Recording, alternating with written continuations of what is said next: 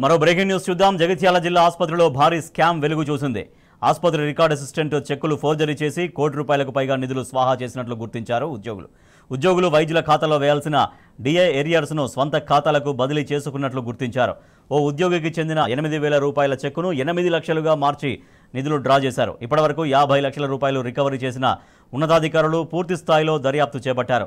అటు చెక్కుల్లో నగదు వివరాలు మార్చిన బ్యాంకు అధికారులు అభ్యంతరం తెలపకపోవడంపై అనుమానాలు వ్యక్తమవుతున్నాయి. తోటి ఉద్యోగులు బ్యాంకు అధికారుల పాత్రపై కూడా విచారణ కొనసాగుతోంది.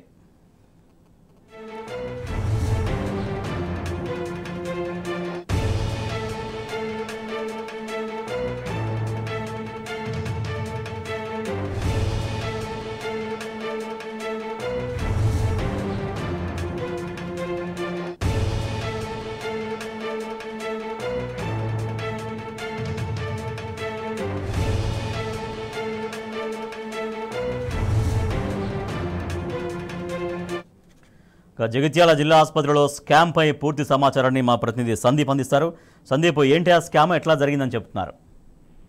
Thank you Rajesh. అయితే శనివారం రోజు ఈ ఘటన వెలుగులోకి వచ్చింది. జగిత్యాల జిల్లా ప్రధాన ఆసుపత్రిలో దానికి సంబంధించినటువంటి అందులో పనిచేసే కొద్దిమంది ఉద్యోగులు ఎవరైతే ఇతర ప్రాంతాలకు బదిలీపై వెళ్తారో వైద్యులు అలాగే ఇతర ఉద్యోగులు కావచ్చు, వారికి సంబంధించినటువంటి డిఏ డ్రాఫ్ట్ అలవెన్స్ తో పాటు ఏరియర్స్ కు సంబంధించినటువంటి మొత్తం అంశంలో కూడా ఆ నగదును పూర్తి స్థాయిలో అంటే చెక్కిచ్చేటువంటి క్రమంలో ఉదాహరణకు ఒక వైద్యుడు ఒక ఉద్యోగికి సంబంధించిన కేసులో ₹8,000 చెక్కు ఈ రికార్డ్ అసిస్టెంట్ కి అందజేయగా అతను 8,000ను 8 లక్షలుగా మార్చి బ్యాంక్ లో తీసుకోవడం జరిగింది. అయితే ఆ అమౌంట్ ను కూడా ప్రభుత్వ ఆసుపత్రికి సంబంధించిన దాంట్లో బదిలీ చేయకుండా సొంత ఖాతాకు బదిలీ చేసుకున్నాడు. ఈ క్రమంలో ఇటువంటి అంశాలు వరుసగా రావడము, బదిలీ అయినటువంటి ఉద్యోగులకు సంబంధించి అనుమానం వచ్చి ఎంత కూడా ఏరియర్స్ డ్రాఫ్ట్ అలవెన్స్ జమ కాకపోవడంతో సూపరింటెండెంట్ కు ఫిర్యాదు చేశారు. అయితే అసలు ఏం జరిగిందన్న కోణంలో గత వారం రోజులుగా ఎంక్వైరీ చేస్తున్నటువంటి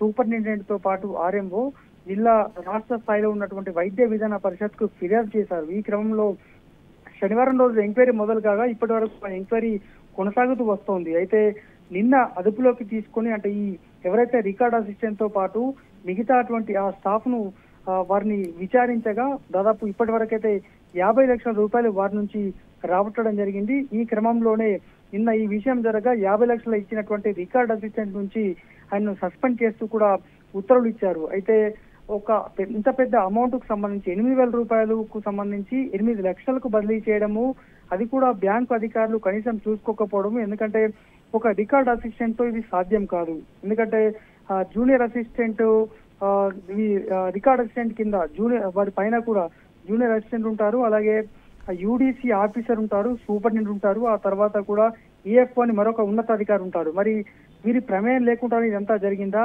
మరి ఈ కేసులో ఈయన సస్పెండ్ మాత్రమే చేశారు రికార్డ్ అసిస్టెంట్, మరి మిగతా వాళ్ళ ప్రమేయం లేదా, మరి సస్పెన్షన్ తోటి వదిలేస్తారని మనం తేలాల్సింది. ₹1,10,00,000 పైగా ఇప్పటి వరకైతే మొత్తంగా సొంత ఖాతాలోకి బదిలీ అయినట్టు మనకైతే సమాచారం అందుతుంది. మరి ఎంతవరకు వసూలు చేశారనే దానిపైన ఇప్పటి వరకు 50 లక్షలు అయితే వీరి ప్రభుత్వ ప్రధాన ఆసుపత్రి ఖాతాకు బదిలీ అయినట్టు మనకు తెలుస్తుంది. మరి మిగతా అమౌంట్ వస్తుందా లేకపోతే దానికి సంబంధించి గోల్మాల్ జరిగినట్టేనా? దీంట్లో ఇంకా ఉన్నతాధికారుల పాత్ర ఉందా? బ్యాంకు సిబ్బందితో పాటు బ్యాంకు అధికారుల పాత్ర అలాగే తోటి ఉద్యోగులు కూడా ఇలా ప్రమేయం ఉందని మాత్రం మనకు తేలాల్సి ఉంటుంది రాజేష్.